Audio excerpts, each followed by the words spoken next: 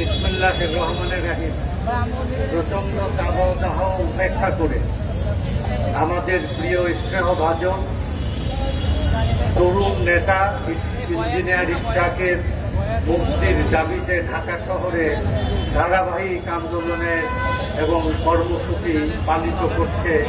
আজকের ছাত্রদল ঢাকা মহানগর দক্ষিণ আয়োজিত ইশরাকের মুক্তির দাবিতে আয়োজিত সভার সভাপতি প্রধান অতিথি বিএনপির স্থায়ী কমিটির সদস্য সংগ্রামী জননেতা শ্রদ্ধেয় বৈষ্ণচন্দ্র রায়, মহানগর বিএনপির আহ্বায়ক বীর মুক্তিযোদ্ধা আব্দুল সালাম, বিএনপির যুগ্ম মহাসচিব সাবেক ডাকসুর জেএস খায়রুল কবির খোকন, আমাদের জাসাসের সংগ্রামী কেন্দ্রীয় নেতা প্রখ্যাত গায়ক মিঠুন বাবু, শানু সেবা,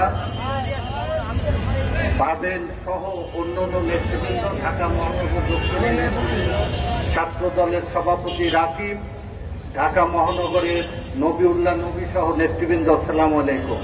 আমি বক্তব্য দীর্ঘায়িত না করে ইশরাকের মুক্তির এই আন্দোলন, ক্ষুদ্র ক্ষুদ্র আন্দোলন ঢাকা নগরে দাবানল সৃষ্টি করার জন্য তার পিতা যে পথ দেখিয়ে গিয়েছেন, আমাদের সংগ্রামী নেতা ঢাকা মহানগরের মেয়র সাদেক হোসেন খোকা, তার পুত্রকে কেন্দ্র করে হাসিনা যে ভুল করেছে তাকে মিথ্যা মামলায় গ্রেপ্তার করে এই পুরন ঢাকা থেকে সরকার পতনের লক্ষ্যে ছাত্র দল, যুব দল, শ্রমিক দল, স্বেচ্ছাসেবক দল সংঘবদ্ধ হয়ে এই বিচ্ছিন্ন বিক্ষিপ্ত আন্দোলনকে দাবানলে পরিণত করে ইশরাককে মুক্ত করবে, হাসিনার পতনের আন্দোলনে শক্তি যোগ করবে এই প্রত্যাশা করে ইশরাকের মুক্তি দাবি করে আমার কথা শেষ করছি। আসসালামু আলাইকুম।